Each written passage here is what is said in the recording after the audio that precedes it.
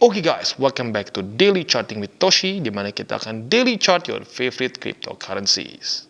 Oke, dan sebelum kita mulai DCWT kita pada hari ini, ada berita bahagia dari BitGet, di mana kita berkesempatan untuk mendapatkan, atau lebih tepatnya memperebutkan 50 USD dan 1000 BGB dari event Buka Peti Harta Karun. Seperti yang kita bisa lihat di sini, ya, eventnya berlangsung dari tanggal 19 Juli hingga tanggal 26 Juli. Ya. Dan yang pertama ada Peti Harta Karun. Cukup lakukan peragangan pertama Anda di pasar spot atau futures dan terima hadiah di bawah ini. Ya. Kumpulan hadiah akan didistribusikan secara acak, sehingga peti harta karun yang Anda dapatkan dapat diisi secara random mulai dari 2 USD hingga 50 USD. Dan ada juga 10 BGB hingga 1000 BGB. Total hadiah mencapai 50.000 USD dan 50.000 BGB. Sekali lagi, hadiah akan didistribusikan secara acak. Ya. Yang kedua ada juga total hadiah sebanyak 100.000 USD dan 100.000 BGB. Ambil angka Anda satu angka lagi jauh dan raih salah satu tingkatan volume perdagangan berikut untuk mendapatkan kumpulan hadiah yang sesuai.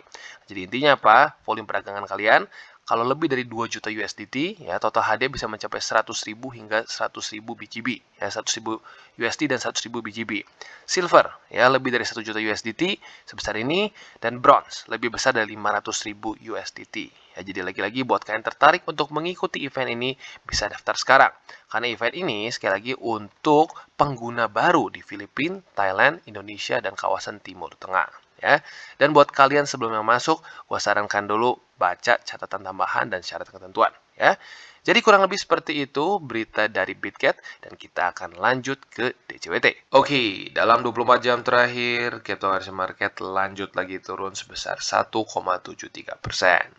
Dengan total market cap mencapai di 1,01 triliun US dollars. Nah, kita bisa lihat untuk Bitcoin sayangnya sekarang drop di bawah dari 22.000 USD, ya tepatnya 21.900 dengan kurang lebih penurunan sebesar 1,91% dalam 24 jam terakhir. Untuk ETH kita bisa lihat turun sebesar 2,28%, untuk BNB 1,16%, XRP 3,3%, Cardano 3,79%, Solana 2,83%. Jadi overall kita bisa lihat semuanya cenderung terkoreksi. Dan ini semua sepertinya terjadi karena Bitcoin ke-reject oleh MA200 Weekly. Ya, nanti tepatnya kita akan coba lihat di chart apakah benar-benar dia ke-reject 200 atau tidak. Ya. Dan kita tahu juga bahwa hari ini adalah minggu baru, maka weekly close. Ya. Otomatis kalau gue lihat dari harga sekarang, weekly close-nya nggak terlalu bagus. Ya. Dan ada juga berita untuk Cardano. Ya, ini milestone baru untuk Cardano, di mana dia mencapai 1760 hari tanpa outage. Ya, nggak pernah ngejam blockchain mereka. Which is quite good, ya. Karena cukup banyak proyek-proyek besar lain pun, ya, skala seperti Solana pun, dia sudah ngejam sebanyak, seingat gue, 3 atau 4 kali sepanjang masa dia ada, ya. Nah, jadi, lagi-lagi ini cukup penting, karena apabila blockchain-nya ini tidak pernah kena outage, itu menunjukkan bahwa dia didesain dengan baik, ya. Jadi lagi-lagi, ini adalah salah satu berita yang cukup bullish untuk Cardano, dan kita tahu bahwa sekarang Cardano juga sedang fasil hard fork, ya. Dan cukup bagus juga, cukup banyak proyek-proyek kripto yang hard fork beberapa kali, ujung-ujungnya jadi ada sedikit kelemahan di dalam blockchain-nya. Tetapi untuk Cardano kita bisa lihat sampai sekarang masih aman, ya 5 tahun berjalan tidak ada permasalahan, nggak pernah outage sama sekali, ya. Dan sekarang kita akan lanjut ke Bitcoin. Untuk Bitcoin kita bisa lihat bahwa dengan sangat jelas sekali weekly close-nya ini ke reject oleh MA200 weekly tentunya, ya. Jadi jam 7 pagi tadi, ya, dia close di 22.500 alias ya literally reject oleh MA200 weekly yang ada di 22.700. Jadi sayangnya MA200 weekly ini masih menjadi resisten untuk Bitcoin. Kemarin cukup bikin happy, ya, sempat ke daerah 24.000 paling tinggi, ya, bahkan 24.200 paling tingginya. Tetapi MA200 weekly berkata lain, ya, jadi ini masih ke reject sayangnya, ya. Nah, sekarang pertanyaannya apakah nanti ditambah dengan volatilitas tanggal 28, Bitcoin akan tetap menjadikan 200 ini sebagai resisten atau tidak? Kalau secara dari data sebelum-sebelumnya, yes, cenderung ke situ. Ya, karena kita bisa lihat tanggal 28 kemungkinan besar akan peningkatan interest rate. Dan peningkatan interest rate secara historically akan membuat risk on asset seperti Bitcoin dan cryptocurrency in general drop, ya. Nah, jadi kita harus lihat nih ya, kita harus siap-siap pasang safety belt pada tanggal 28 alias 3 hari lagi ke depan ya. Dan sekali lagi ya, ini sudah masuk minggu ke-1, 2, 3, 4, 5, 6, 7. Sudah minggu ke-7 di dekat MA 200 weekly ya. Dan kalau kita lihat sekarang RSI-nya mulai sedikit turun lagi ya, mulai mendekati lagi ke daerah 30, berarti mendekati lagi ke daerah oversold. Jadi lagi-lagi historically ini adalah daerah yang bagus untuk akumulasi secara TA ya. Jadi mau akumulasi silahkan ya. Dan selain dari itu kita bisa lihat juga untuk indeks dolar dia mengalami penguatan ya. Tapi penguatannya jujurnya cukup aneh ya.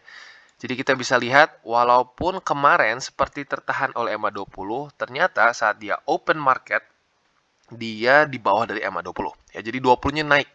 20-nya naik, dia open sedikit di bawah dari 20. Nah, jadi kalau kita lihat benar ya, terjadi penguatan tetapi kereject oleh 20. Nah, semoga saja 3 hari lagi nih ya, 3 hari lagi kita dikasih nafas oleh indeks dolar supaya dia bisa turun dan Bitcoin bisa minimal berusaha trading di atas dari 22.000 ya. Lebih bagus lagi kalau bisa di atas dari EMA 200 weekly. Karena kita tahu ya sekali lagi sekarang cryptocurrency bisa dibilang PR terbesar mereka adalah mencari support sebanyak mungkin ya, karena lagi-lagi secara historically risk on asset, Bitcoin, Ethereum, semua kripto lah ya, lalu Nasdaq, S&P, Dow Jones, semua itu cenderung berkorelasi negatif apabila interest rate meningkat ya. Nah, jadi lagi-lagi PR-nya adalah mencari support sebanyak mungkin, alias bahasa simpelnya apa? Lu tembus resisten sebanyak mungkin dan harga ke atas ya. Dan sekarang yang menjadi pertanyaan adalah andaikan sampai dia reject oleh 20 di sini, 3 hari lagi kita tahu akan ada peningkatan interest rate. Nah, apakah itu akan bersamaan membuat indeks dolar terpantul di daerah 105 di sini ya. Ada kemungkinan seperti itu. Nah, jadi kita lihat dalam 3 hari ke depan apakah dia akan reject oleh 20 dan terpantul di 105 atau tidak. Nah, tetapi di waktu bersamaan seperti yang gue bilang, masih ada satu teori ya, di mana teori ini menyatakan bahwa markets mulai kehilangan kepercayaan dari the Feds ya.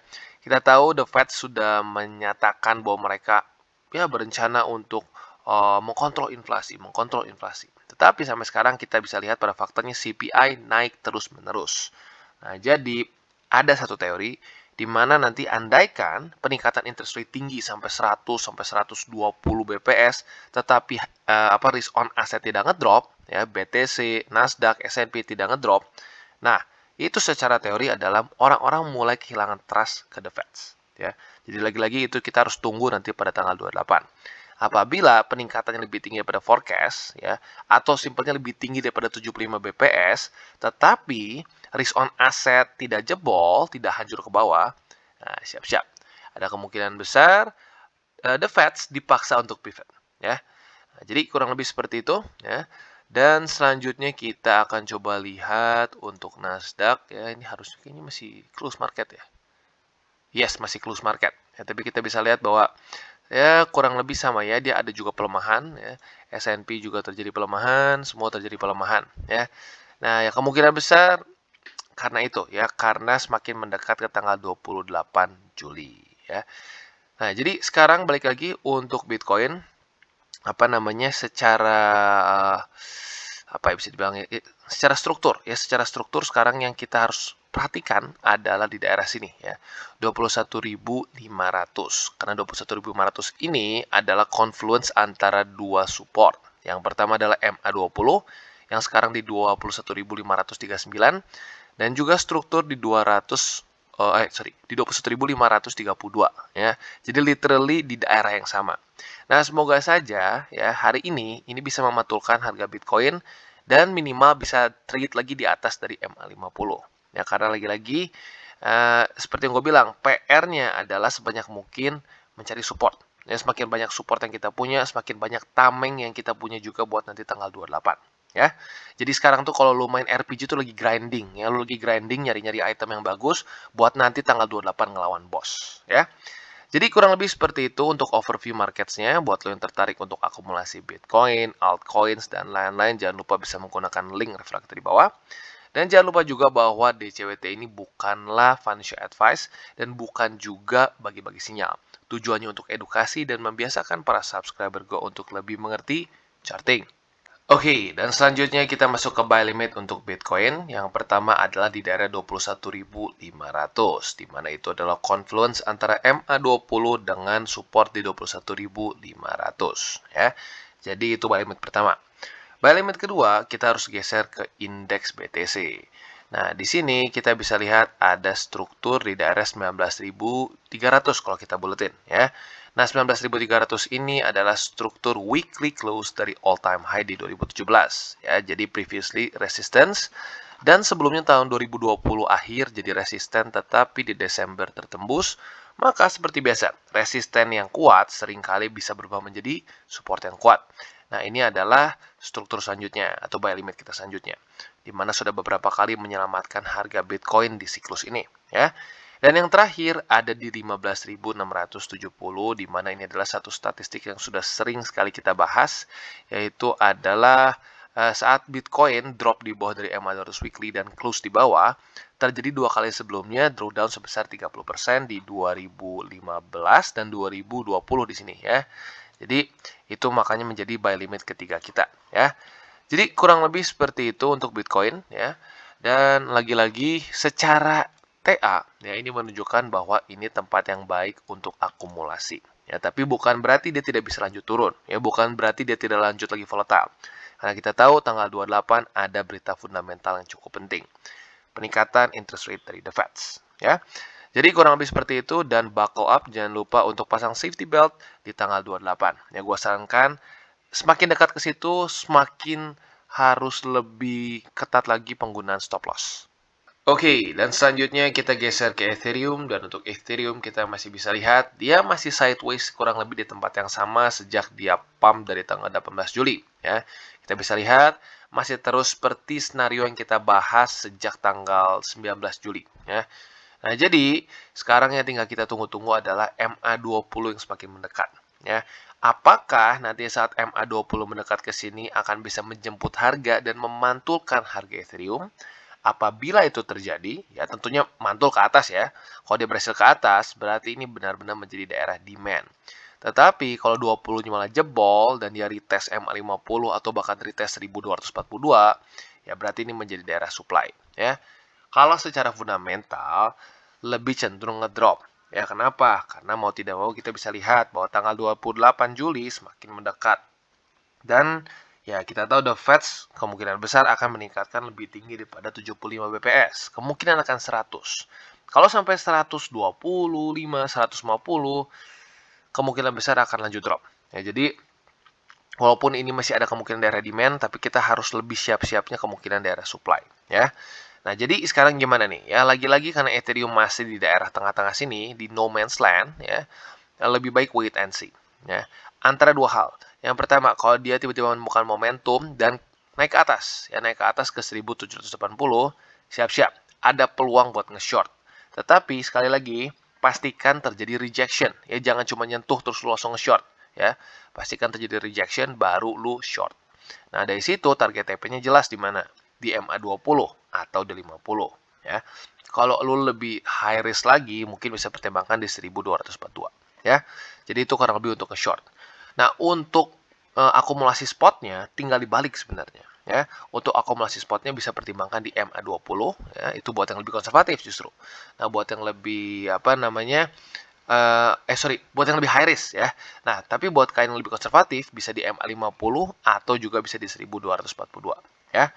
Jadi kurang lebih seperti itu untuk Ethereum. Oke, dan selanjutnya kita masuk ke AVAX, dan untuk AVAX kita bisa lihat bahwa sekarang ya literally real time sedang retest daerah 22 dolar lebih 44 sen. Nah, berarti buat kalian yang sudah punya posisi buy di situ harusnya sudah kena nih ya. Nah, tinggal pertanyaannya, apakah AVAX akan kuat mantul di daerah situ atau tidak? Ya, tentunya kita harus lihat dalam 20 jam ke depan. Apakah daily close-nya akan berhasil terpantul dari situ atau tidak? Ya. Nah, jadi ini sedikit mulai berbeda dibandingkan dengan ETH. Kalau ETH kita masih bisa lihat dia jelas price range-nya masih belum berubah. Ya. Dia masih menahan sekitar di 1.500-an. Sementara untuk AVAX, dia daerah apa ya? Mungkin sideways-nya sudah mulai cenderung lebih ke bawah ya. Nah, jadi perbedaannya di situ ya. Tinggal kita lihat saja apakah dia akan jebol atau tidak. Nah, lagi-lagi kalau lu pengen nge-short ini bisa aja ya, lu bisa aja pertimbangkan untuk nge-short. Tetapi sekali lagi gue ingatkan, kalau lu nge-short andaikan nanti nih besok ya daily close di bawah dari sini, lu nge-shortnya TP-nya tipis antara 20 atau 50. Jadi lagi-lagi secara ininya ya, secara setupnya nggak terlalu bagus ya. Jadi sebenarnya kalau lo mau nge-short yang lebih enak, lebih baik di daerah $30 lebih 5 sen di sini ya. Tapi lagi-lagi kalau nggak sabar ya boleh aja, tapi ingat resikonya ya. Jadi kurang lebih seperti itu untuk AVAX, dan kalau apa namanya untuk akumulasi spot lain juga bisa pertimbangkan di daerah MA20 atau 50 ya.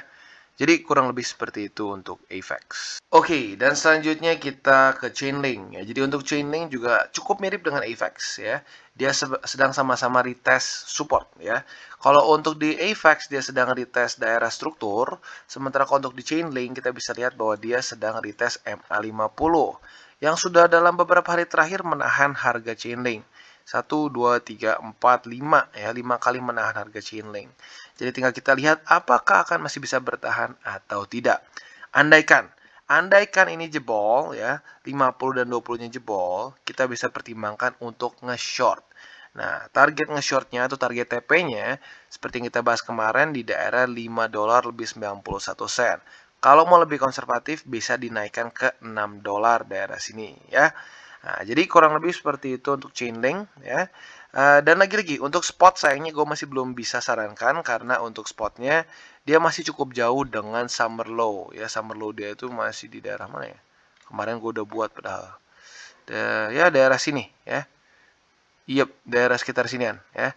Sekitar di belasan ya. Jadi lagi-lagi masih cukup jauh dan nggak terlalu worth it juga buat kita charting ya. Jadi kurang lebih seperti itu ya untuk Chainlink. Sekali lagi gue ulangi, ada kesempatan untuk nge-short apabila MA50 dan 20 jebol di sini ya.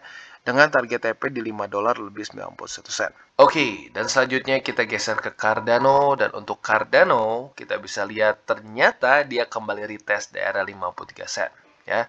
Jadi buat lo yang kemarin sudah buka posisi short di sini, ya kita bisa lihat ya bahwa kemarin ada peningkatan cukup signifikan, dan gue sarankan untuk udah TP dulu aja ya. Kalau sampai terjadi lagi ya retest ke 53 sen, lu buka lagi aja posisi short kalau lu masih tertarik ya. Nah, pasti beberapa dari kalian sudah buka posisi short di sini, dan sekarang lumayan ya kalau kita tadi gue hitung sekitar 8%-an profit ya. Nah, di waktu bersamaan lu bisa pertimbangkan untuk TP di sini ya di MA50. Karena kita bisa lihat sebelumnya MA50 ini menjadi satu moving average yang cukup galau ya. Jadi lagi-lagi buat kalian yang punya sekarang posisi short di dari 53 sen, bisa pertimbangkan untuk TP di MA50 yang ada di 49 sen kalau kita bulatkan ya. Jadi kurang lebih seperti itu. Tapi kalau buat lo yang mungkin lebih high risk ya dan siap gitu kalau terjadi tiba-tiba reversal, ya boleh aja lo pertahankan sampai antara di MA20 atau di 44 sen untuk TP-nya. Ya, lagi-lagi tergantung resiko profile lo ya. Kalau risk profile lo tinggi, ya sudah hold aja. Tapi kalau lo ngerasa nggak apa-apa deh bang, tipis-tipis aja dapatnya, malas kayak kemarin ya.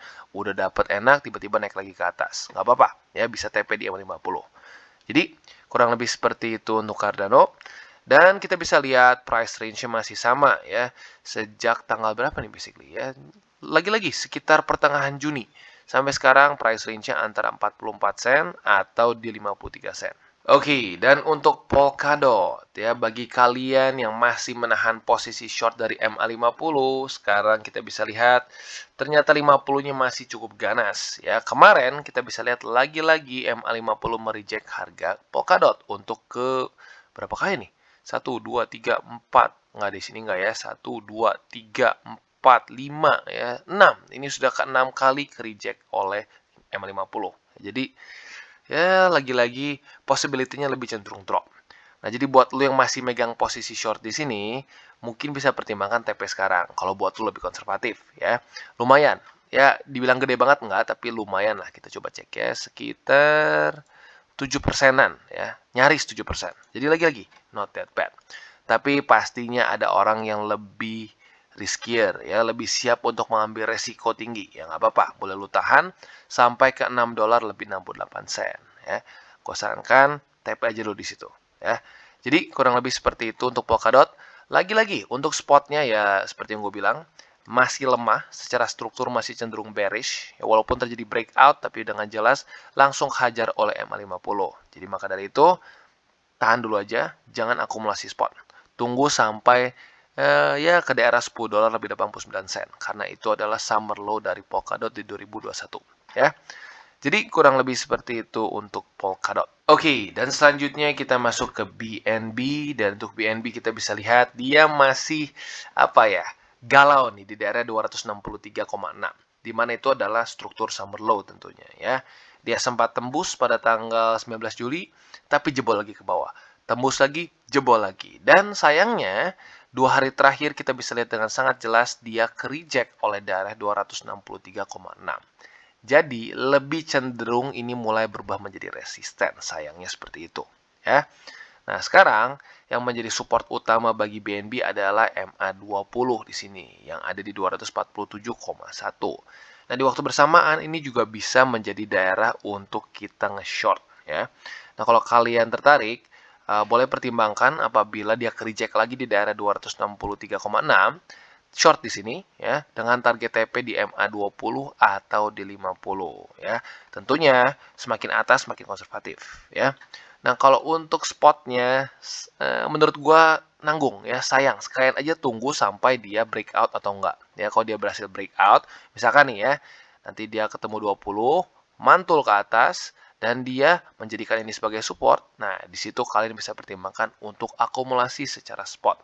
Tetapi sebelum itu terjadi, ya hold dulu aja ya. Jadi kurang lebih seperti itu untuk BNB dan lagi-lagi BNB not bad karena dia sudah mulai sudah mulai mendekati dan sudah mulai mau menjadikan daerah summer low ini sebagai resisten. Ya, masih banyak aset-aset kripto lain yang masih jauh dari mereclaim atau menyentuh summer low ya, bahkan termasuk Bitcoin. Bitcoin masih jauh dari summer low ya. Jadi kurang lebih seperti itu untuk BNB. Lagi-lagi kita harus siap-siap ya bagi lu yang punya posisi long, short, ya futures, apapun itu. Pastikanlah tanggal 28 jangan sampai kalian terlalu over leverage dan pastikanlah stop loss kalian selalu ada kalau kalian sampai mau nge-trade peluang untuk tanggal 28 ya. Jadi kurang lebih seperti itu. Dan lagi-lagi harapannya adalah peningkatannya nggak terlalu tinggi ya, misalkan nggak sampai 100 itu bisa jadi pertanda baik. Tetapi andaikan sampai naik 100, kita lihat juga nih, apakah akan terjadi drop yang ekstrim atau tidak. Kalau tidak terjadi drop di cryptocurrency market, lagi-lagi ya, teori bahwa the Fed mulai kehilangan kepercayaan dari market semakin besar. Oke guys, jadi itu adalah akhir dari segmen DCWT kita pada hari ini. Dan jangan lupa bagi kalian yang merasakan manfaat dari segmen ini, jangan lupa untuk share ke teman-teman kalian. Dan apabila lu pengen mensupport channel kita, ya TCI, jangan lupa untuk menggunakan link referral kita di bawah. Nggak wajib ya, tetapi apabila lu menggunakan link referral kita di bawah, ada macam-macam ya, dari Bybit, Huobi, Maxi, toko kripto, dan banyak lagi ya. Ya, walaupun nggak wajib, tapi kalau menggunakan link referral kita, lu secara langsung membantu perkembangan dari TCI. Dan satu lagi, jangan lupa juga untuk join Telegram group kita, di mana kita bisa ngobrol-ngobrol santai mengenai dunia cryptocurrency secara dua arah. So, jangan lupa untuk like, subscribe, klik the bell icon, and see you on the next video.